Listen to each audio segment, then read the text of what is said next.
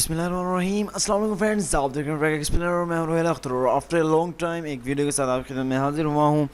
और इस वीडियो में हम कोई ट्यूटोरियल नहीं देखने जा रहे हैं। इस वीडियो में हम करने जा रहे हैं कंपैरिजन मुख्तलिफ मोबाइल फ़ोन्स का कि आपको एक एवरेज प्राइस में कौन सा मोबाइल फ़ोन बाई करना चाहिए। सैमसंग, जिसमें हम आज शामिल करने वाले हैं सैमसंग, नोकिया और हुआवे का मोबाइल। तो बढ़ते हैं आज की वीडियो की जानिब।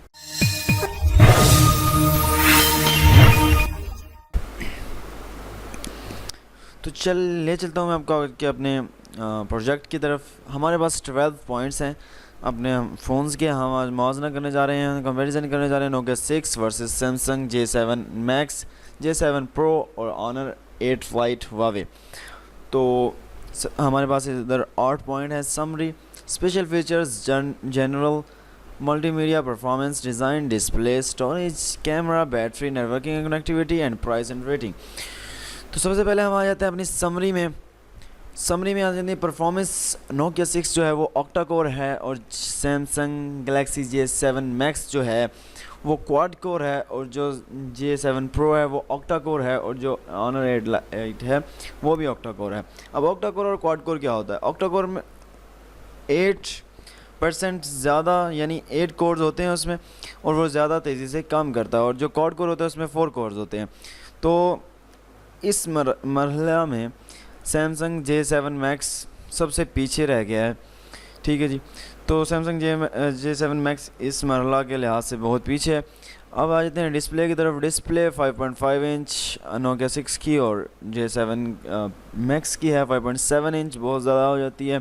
5.5 इंच है J7 प्रो की और 5.2 इंच है ऑनर 8 की। पर्सनली जो मेरा एक्सपीरियंस है, जो मैंने यूज़ किया है मोबाइल, वो नोकिया 6 और ऑनर 8 बहुत तफसील से बहुत अरसे तक मैंने यानी यूज़ किया है और मुझे बहुत अच्छे तरीके से पता है इन दोनों का। J7 प्रो भी मैंने ज़्यादा तो नहीं मगर यूज़ किया है J7 मैक्स के मुकाबले में। तो यहाँ आपको डिस्प्ले अच्छी मिल रही है सबकी, सही वो है, सही फील करेंगे आप डिस्प्ले से। कैमरा आ जाते हैं नोकिया 6 16 मेगापिक्सल रियर कैमरा है, J7 मैक्स का 13 मेगापिक्सल रियर कैमरा है, J7 प्रो का 13 मेगापिक्सल रियर कैमरा है और ऑनर 8 का 12 मेगापिक्सल कैमरा है। तो कैमरे पे आप मत जाएं। कैमरे वाला आपने फ़ोन ले लें तो ओप्पो या वीवो ले लें, वहाँ उसमें सिर्फ कैमरा होता है और इनमें सिर्फ कैमरा नहीं होता, क्योंकि इन चारों का आई थिंक J7 प्रो को छोड़ के चारों का कैमरा बकवास है, कोई ख़ास नहीं है। इसमें ना डेप्थ है, ना इसमें लाइटिंग है, ना इसमें हाईलाइट्स हैं, कोई ख़ास चीज़ नहीं है कैमरा में इसके। उसके बाद हमारे पास जी बैटरी आ जाती है। बैटरी है जी नोकिया की 3000 mAh और J7 मैक्स की 3300 mAh, J7 प्रो की 3600 mAh और ऑनर 8 की 3000 mAh। तो पर्सनल एक्सपीरियंस के मुताबिक ऑनर 8 लाइट की बहुत ज़बरदस्त बैटरी टाइमिंग है। और आपके पास जी रैम में आ जाते हैं और नोकिया 6 की बैटरी टाइमिंग भी इतनी कम नहीं है। रैम में आ जाते हैं 3GB रैम है, क्योंकि बैटरी टाइमिंग जो डिपेंड करती है वो चिप पे भी डिपेंड करती है, किस कंपनी ने चिप को मॉडिफाई किया है, किस लिहाज से, वो आगे चल के हम देखते हैं। रैम हमारे पास नोकिया में 3GB मिल जाती है, J7 में 4GB मिल जाती है और उसमें J7 प्रो में 3GB मिल जाती है, 4GB। आप रैम पे ना जाएं। रैम का इनकी रैम भी ऐसी होती है कि ख़ास फ़र्क नहीं पड़ता, क्योंकि एक एवरेज फ़ोन है ये। उसके बाद स्पेशल फ़ीचर में हम आ जाते हैं। स्पेशल फीचर्स में हमारे पास यहाँ हमको मिल रहा है फिंगरप्रिंट सेंसर तमाम में।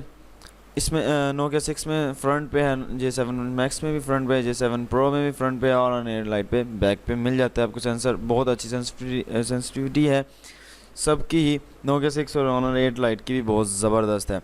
उसके बाद हम जनरल में आ जाते हैं। क्विक चार्जिंग किसी के लिए भी नहीं है और ऑपरेटिंग सिस्टम नोगट था, लेकिन अब ओरियो आ चुका है नोकिया 6 के लिए, जो मैं अभी यूज़ कर रहा हूँ, और बाकी सब में नोगट, एंड्रॉयड नोगट 7.0 यूज़ हो रहा है और तमाम के तमाम डुअल सिम हैं और तमाम के तमाम हाइब्रिड्स हैं। यानी आप दूसरी सिम की जगह या मेमोरी कार्ड इस्तेमाल करेंगे या सिम इस्तेमाल करेंगे, एक चीज़ इस्तेमाल कर सकते हैं आप। और जी मॉडल 6 मॉडल उन्होंने बता दिए हैं। लॉन्च डेट हुआ है जी नोकिया 6 हुआ है 23 अगस्त 2017 और जून 2017 में हुआ है J7 मैक्स, जुलाई 2017 में हुआ है J7 प्रो और ऑनर 8 लाइट हुआ है मई 2017 में। उसके उसके बाद जी यहाँ कोई ज़्यादा वो नहीं है, लेकिन साथ साथ आपको पता चलूँ कि हाईबर्ड सिर्फ नोकिया और ऑनर 8 की है।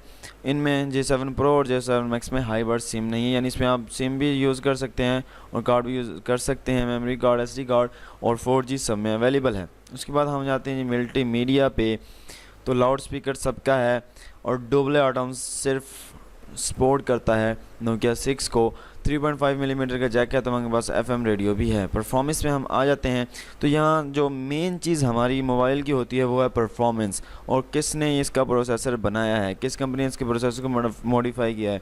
तमाम कंपनियों को प्रोसेसर के जो मैप हैं वो ARM सेंड करती है, मगर अब आगे कंपनियां उसको मॉडिफाई करती हैं। जिस तरह मॉडिफाई करती हैं उसी तरह मोबाइल की बैटरी टाइमिंग भी होती है, स्पीड भी होती है। Qualcomm Snapdragon, Qualcomm I think पहले नंबर पे है जो सबसे अच्छी मॉडिफाई करती है, सबसे ज़्यादा उसमें यूज़ होता है। और मीडियाटेक आई थिंक वॉरेस्ट कोई इतनी ख़ास नहीं होती, ज़्यादातर मोबाइल में मीडियाटेक यूज़ होती है, इसकी बैटरी टाइमिंग बहुत बकवास होती है। उसके बाद सैमसंग एक्सॉन, ये भी अच्छा प्रोसेसर है, ये सैमसंग ने डेवलप किया है। और उसके बाद ये चाइनीज़ आ जाता है हाई सिलिकॉन किरिन। उसके बाद जी आपको इसमें से अगर आपने ओवरऑल देखना है तो आपको नोकिया 6 बेस्ट है, और इसके अलावा आप J7 Max को तो भूल ही जाएं क्योंकि इसमें मीडियाटेक की चिप है, तो इसकी बैटरी टाइमिंग भी इतनी ख़ास नहीं होगी मेरे लिहाज से। और इसकी जो 4 GB रैम है ये इनकी 3 GB रैम से भी कम काम करेगी। तो J7 Max को एक साइड पर रख दें, इन तीनों में आप वो करें, कंपैरिजन करें, आप इन तीनों में से ले सकते हैं J7 Max को छोड़कर। और जी अगर फ़ील की बात करें, ऑनर 8 लाइट और J7 Pro बहुत ही ज़बरदस्त फील होते हैं हाथ में, बहुत कंफर्टेबल फ़ील होता है। नोकिया 6 थोड़ा सा बड़ा हो जाता है, मगर ठीक है, डिज़ाइन के लिहाज से बहुत ज़बरदस्त हैं फिर भी। और जी कलर्स आपको यहाँ दिखाई दे रहे हैं, silver, outer black, metal black, tempered blue, copper, और J7 में मिल जाते हैं ब्लैक गोल्ड, J7 Pro में मिल जाते हैं हमको ब्लैक गोल्ड, ऑनर 8 लाइट में मिलता है ब्लैक और ब्लू। डिस्प्ले वही, स्टोरेज में आपको आ सकते हैं जी। यहाँ एक इम्पोर्टेंट पॉइंट आपको मैं बताने जा रहा हूँ, user available storage up to 23 GB, यानी इंटरनल जो मेमोरी है वो 32 GB बिल्ट इन है। 16 GB में भी आपको ऑनर 8 लाइट मिल जाता है, और 32 GB में है नोकिया 6, और 32 GB में तमाम है। और एक्सपेंडेबल मेमोरी 128 GB है नोकिया 6 की। J7 Max की 256 GB ही J7 Pro की है, और ऑनर 8 लाइट की 128 GB। USB OTG सपोर्ट तमाम में है, ऑनर 8 में भी सपोर्टेड है। कैमरा फिर वही आ गया, कैमरे का मैंने आपको बता दिया कि बकवास है, J7 Pro के अलावा इतने ख़ास नहीं है। और बैटरी हमारे पास आ गई, बैटरी की मैं आपको बता चुका हूँ। और नेटवर्क कनेक्टिविटी भी हम जान चुके हैं, तमाम में वाईफाई 802.11 यूज़ हो रहा है, और तमाम में ही ब्लूटूथ मौजूद है। जाहिर बात है NFC जो हमारे पास है नियर बाई वाली जो होती है वो नोकिया 6 में है, J7 Max में नहीं है, J7 Pro में है, और ऑनर 8 में नहीं है। GPS तमाम में है और तमाम के वही हैं। और इसके अगर प्राइस देखी जाए तो ये इंडिया की प्राइस बता रहा है। पाकिस्तान में अगर आप देखना चाहते हैं तो मैं इसको सर्च कर देता हूँ आपको गूगल पे, नोकिया आपको बनेगा तकरीबन 28,000 रुपये का, और आपको जो J7 Pro बनेगा, J7 Max आपका बनेगा 31,000 रुपये, और आपका J7 Pro बनेगा 36,000 रुपये, और ऑनर 8 लाइट बनेगा 31,000 रुपये। अब आती है डिसीज़न की बात। अगर आप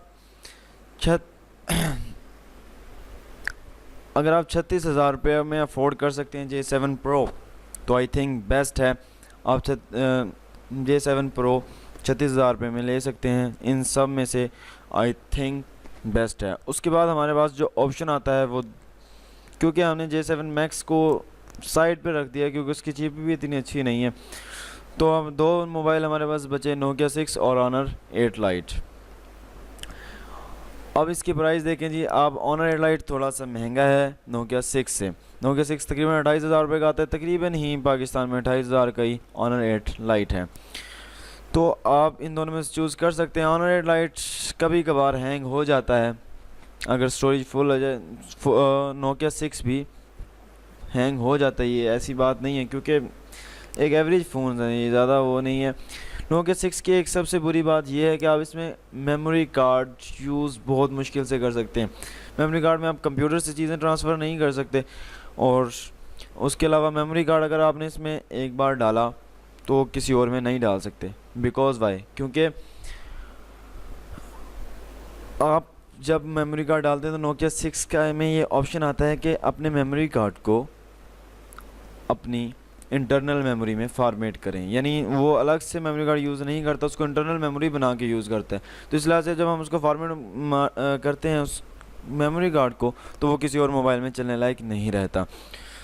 तो अगर आप उसको चलने लायक बना सकते हैं तो बना लीजिएगा। उसके लिहाज से हमारे पास पहले ऑनर 8 लाइट आता है, ऑनर 8 लाइट ले लें, या उसके बाद हमारे पास ऑप्शन आता है नोकिया 6। सबसे पहले हम अगर हो सके तो J7 प्रो बेस्ट है, उसके बाद ऑनर 8 लाइट, उसके बाद नोकिया 6। नोकिया 6 आप ले सकते हैं अगर आपने उसकी मेमोरी एक्सपेंड नहीं करनी। तो आज की वीडियो में इतने ही। मज़ीद वीडियोस के लिए देखते रहें हमारा चैनल, और बहुत अच्छी अच्छी वीडियोस और कंपैरिजन और इन्फॉर्मेशन वीडियोस आपके लिए आने वाली हैं। तो आज के लिए बस इतना ही, मिलते हैं नेक्स्ट वीडियो में। अल्लाह निगहबान।